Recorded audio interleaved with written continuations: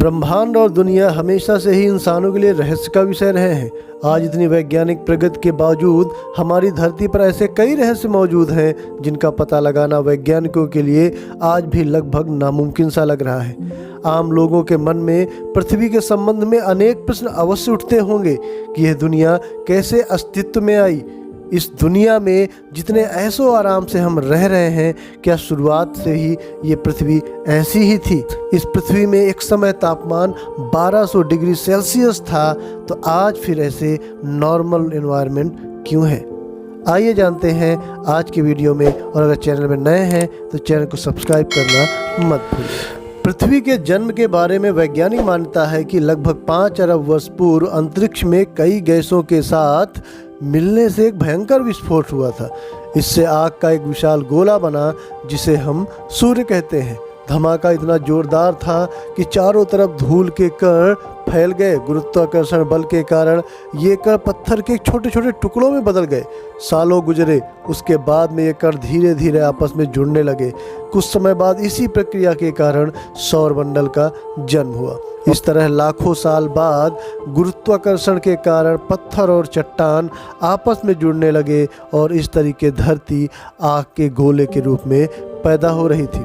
वैज्ञानिक अवधारणा के अनुसार 4.54 अरब वर्ष पूर्व पृथ्वी का तापमान 1200 डिग्री सेल्सियस था।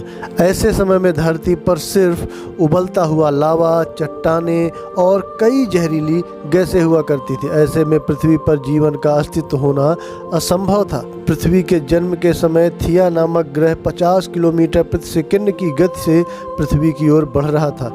यह गति इतनी तेज थी कि उसकी तुलना आप बंदूक से निकली गोली से 20 गुना अधिक तेज से कर सकते हैं। ऐसे में जब थिया ग्रह पृथ्वी की सतह से टकराया तो जोरदार विस्फोट हुआ, जिससे बहुत सारा कचरा धरती से बाहर निकल गया। साथ ही वह ग्रह धरती में समा गया। हजारों वर्षों के अंतराल के बाद गुरुत्वाकर्षण के कारण पृथ्वी से निकला कचरा एक गेंद के रूप में बन गया, जिसे हम आज चंद्रमा कहते हैं, और इस प्रकार चंद्रमा का जन्म हुआ। पृथ्वी की उत्पत्ति के बाद अंतरिक्ष में बची शेष चट्टानें पृथ्वी पर गिरने लगी। इन चट्टानों में अजीब प्रकार के क्रिस्टल होते थे, जिसे आज हम नमक के रूप में इस्तेमाल करते हैं। आपको यह जानकर हैरानी होगी कि इन चट्टानों पर नमक के रूप में पानी था।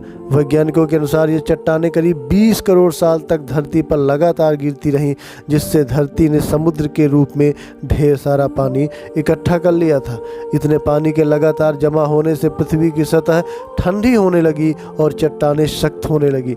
लेकिन लावा, जो अभी भी उसी रूप में पृथ्वी के आंतरिक भाग में मौजूद था, और इस वजह से पृथ्वी की सतह का तापमान 70 से 80 डिग्री सेंटीग्रेड अभी भी बना हुआ था। पृथ्वी पर वर्तमान जल लाखों वर्ष पूर्व का है। उस समय चंद्रमा पृथ्वी के बहुत निकट हुआ करता था, जिसके कारण उसके गुरुत्वाकर्षण बल के कारण प्रायः पृथ्वी पर तूफान आया करते थे।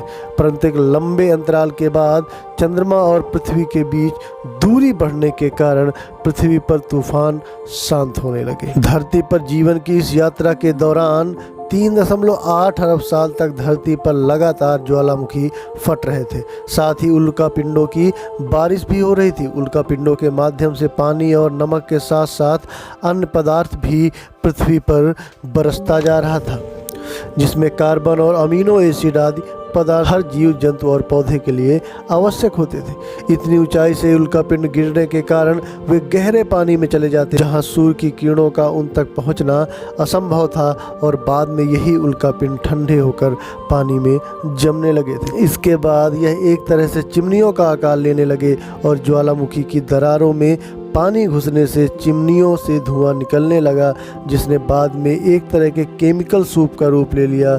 इससे पृथ्वी पर सूक्ष्म जीव प्रारंभ हुआ और पृथ्वी पर पहली बार एकल कोशिका जीवाणु की उत्पत्ति हुई। समुद्र की तलहटी में ऑक्सीजन का उत्पन्न होना भी एक महत्वपूर्ण घटना बनकर उभरती है। पृथ्वी की उत्पत्ति के समय जब समुद्र की निचली सतह पर पौधे और पत्तियां उग रही थीं, उन पर जीवित जीवाणु उत्पन्न हो रहे थे। वैज्ञानिक भाषा में इसे स्ट्रोमेटोलाइट कहते हैं। ये अपना भोजन सूर्य की किरणों से बनाते थे, जिसे वैज्ञानिक भाषा में प्रकाश संश्लेषण कहा जाता है। प्रकाश संश्लेषण की प्रक्रिया में सूर्य का प्रकाश कार्बन डाइऑक्साइड और पानी को ग्लूकोज में परिवर्तित करता है। इसके साथ ही इस प्रक्रिया में बाई प्रोडक्ट के रूप में ऑक्सीजन गैस बनती है, जो मनुष्य के लिए महत्वपूर्ण वायु है। एक लंबी प्रक्रिया के बाद महासागरों में ऑक्सीजन गैस भर गई। इससे पानी में मौजूद लोहे में जंग लगी, जिससे लोहे का अस्तित्व सामने आने लगा। लंबे अंतराल के बाद समुद्र की सतह पर ऑक्सीजन गैस आने से जीवन संभव हुआ। वैज्ञानिकों के अनुसार 2 अरब वर्षों तक पृथ्वी पर ऑक्सीजन का स्तर बढ़ता गया। साथ ही पृथ्वी के घूमने की समय सीमा भी कम होती गई। आज की तुलना में उस समय एक दिन 16 घंटे का होता था। धीरे धीरे समय के साथ समुद्र के नीचे की भूमि की सतह बड़ी बड़ी प्लेटों में तब्दील हो गई और उसके नीचे के लावा ने ऊपर की सतह को गतिमान कर दिया। ऐसे में पृथ्वी की सभी प्लेटें आपस में जुड़कर एक विशाल द्वीप बन गई। इस तरह लगभग 40 करोड़ साल पहले पृथ्वी के पहले सुपर कॉन्टिनेंट रोडिनिया का निर्माण हुआ था। इससे पृथ्वी का तापमान घटकर 30 डिग्री सेल्सियस हो गया था और एक दिन आज की तुलना में 18 घंटे का होता था। यह वह स्थिति थी जो आज हम मंगल की स्थिति से तुलना कर सकते हैं। इसकी लगभग 7.5 करोड़ वर्ष पूर्व पृथ्वी के नीचे पिघल रहे लावा से उत्पन्न ऊष्मा बाहर निकली, जिसने पृथ्वी को 2 भागों में विभाजित कर दिया। इसके 2 टुकड़ों में बंटने के कारण पृथ्वी की सतह कमजोर हो गई थी और यह 2 भागों में बंट गई, जिसमें साइबेरिया और गोंडवाना नाम के 2 महाद्वीप बन गए थे। इतने सालों के बाद भी ज्वालामुखी फटने और जहरीली गैसों के निकलने का सिलसिला अब भी जारी था। जहरीली गैसों में कार्बन डाइऑक्साइड सूर्य से निकलने वाली किरणों को अवशोषित करने लगी। इससे पृथ्वी का तापमान बढ़ने लगा। बढ़ते तापमान के कारण समुद्र में गर्मी पैदा होने लगी और समुद्र का पानी भाप बनकर बादलों का रूप लेने लगा था। साथ ही कार्बन डाइऑक्साइड गैस के कारण अम्लीय वर्षा भी होने लगी। कार्बन डाइऑक्साइड के साथ वर्षा के कारण यह गैस चट्टानों और पत्थरों द्वारा अवशोषित हो गई और कुछ हजार वर्षों के बाद पृथ्वी का तापमान घटकर 0 से 50 डिग्री कम हो गया, जिससे धरती बर्फ के गोले के रूप में तब्दील हो गई। ज्वालामुखी फटने की प्रक्रिया अभी भी चल रही थी, लेकिन बर्फ की अधिकता के कारण ज्वालामुखी से निकलने वाली गर्मी बर्फ को पिघला नहीं पा रही थी। इसके अलावा कोई अन्य स्रोत ऐसा नहीं था जो जहरीली गैस कार्बन डाइऑक्साइड को अवशोषित कर सके।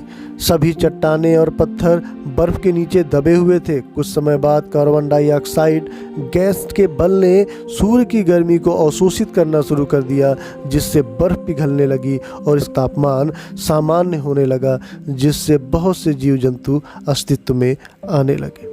ये था आज का वीडियो। मिलते हैं अगले वीडियो में और ऐसे ही वीडियो के लिए चैनल को सब्सक्राइब करना मत भूलिएगा।